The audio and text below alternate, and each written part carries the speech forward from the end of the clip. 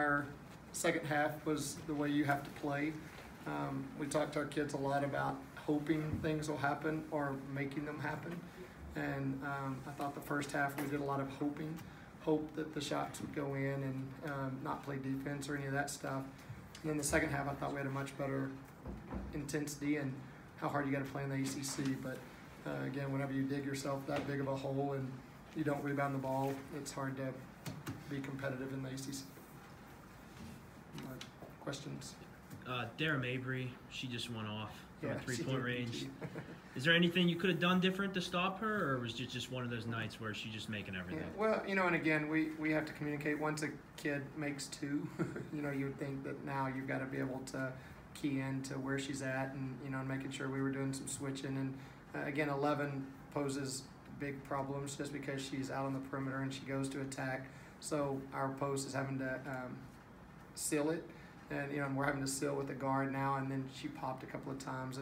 But again, it's better communication, better idea that once a kid hits that many, and that then you got to key in on it. What were some of the main changes you decided to make in the second half that sort of made the game a bit more even between both teams? Yeah, well, I think they made more of the changes than I did, and because you have to at this level, you've got to go make your own plays, and I think we spend too much time worried about our shot.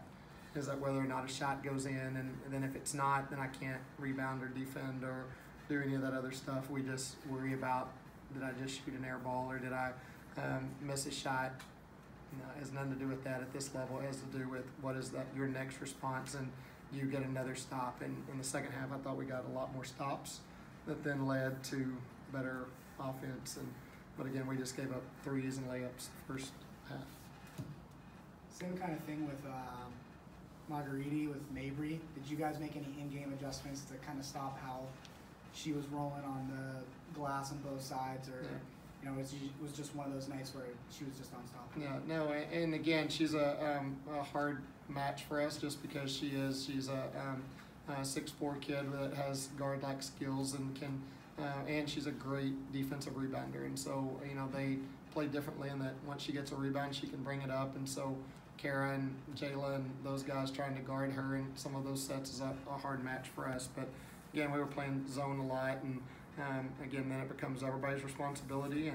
But again, she's a really good defensive rebounder, and we're not a great rebounding team, so it's a bad double-edged sword for us a little bit. Jasmine, what worked for you well tonight after going scoreless your last two games? What changed? Was it your mindset, or were you more aggressive, or what changed tonight to help you get 15 points? I would say it was my mindset. Coach kind of talked to me about having an attack mentality. If I can't get the shot, get my other teammates open, just make stuff happen, make plays.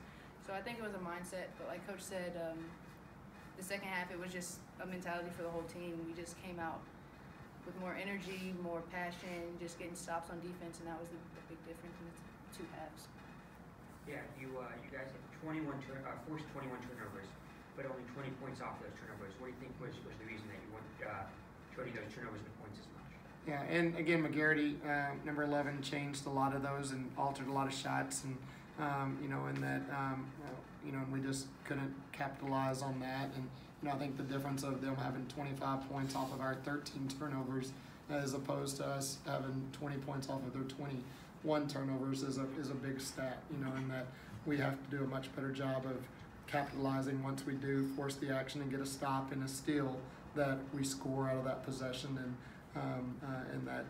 That's as I thought she changed a lot of our shots, and that we either have to get to the free throw line or score, and we just didn't. What happened there at the end? I guess this could be a question for both of you with Jasmine going down. Do you have any updates on that? What is a jazz cramp? I had a serious calf cramp that wasn't letting up. Yeah. I was hoping that's what it was. Yeah, I saw as soon as that toe went back, I was like, oh, it's a cramp. Get her off, come on, move her on. I'm just happy they didn't score on that. Yeah, me too. How about that? Yeah, dribble out of bounds, that's good. But again, it was, again, like I've said all along, is we're a team of growth, and hopefully we are learning that you can't have lulls in the ACC, is that you got to go and you got to be your best and play your best basketball for 40 minutes, and we just haven't found that yet. Anything else? You got one? Yeah. All right. I was gonna ask you guys, what do you want to do coming up against Duke and Georgia Tech next week with away games? What do you want to try and do to maybe not start the games a bit better than you have in Yeah. these few past few games? Yeah, and again, both of those are, is on the road, and, they play completely different styles. And, Duke's more of a zone team that's going to force us to make shots, and Georgia Tech's going to press us the time we get off the bus. And so it'll be a difference of, we've got to handle the ball, and against Georgia Tech, and then against Duke, you're going to have to make some shots, and we're going to have to rebound. So it is, and again, we're about growth, and so we've got to continue to press on and get better, and then we'll see how we do. Yeah, but thank you guys very much.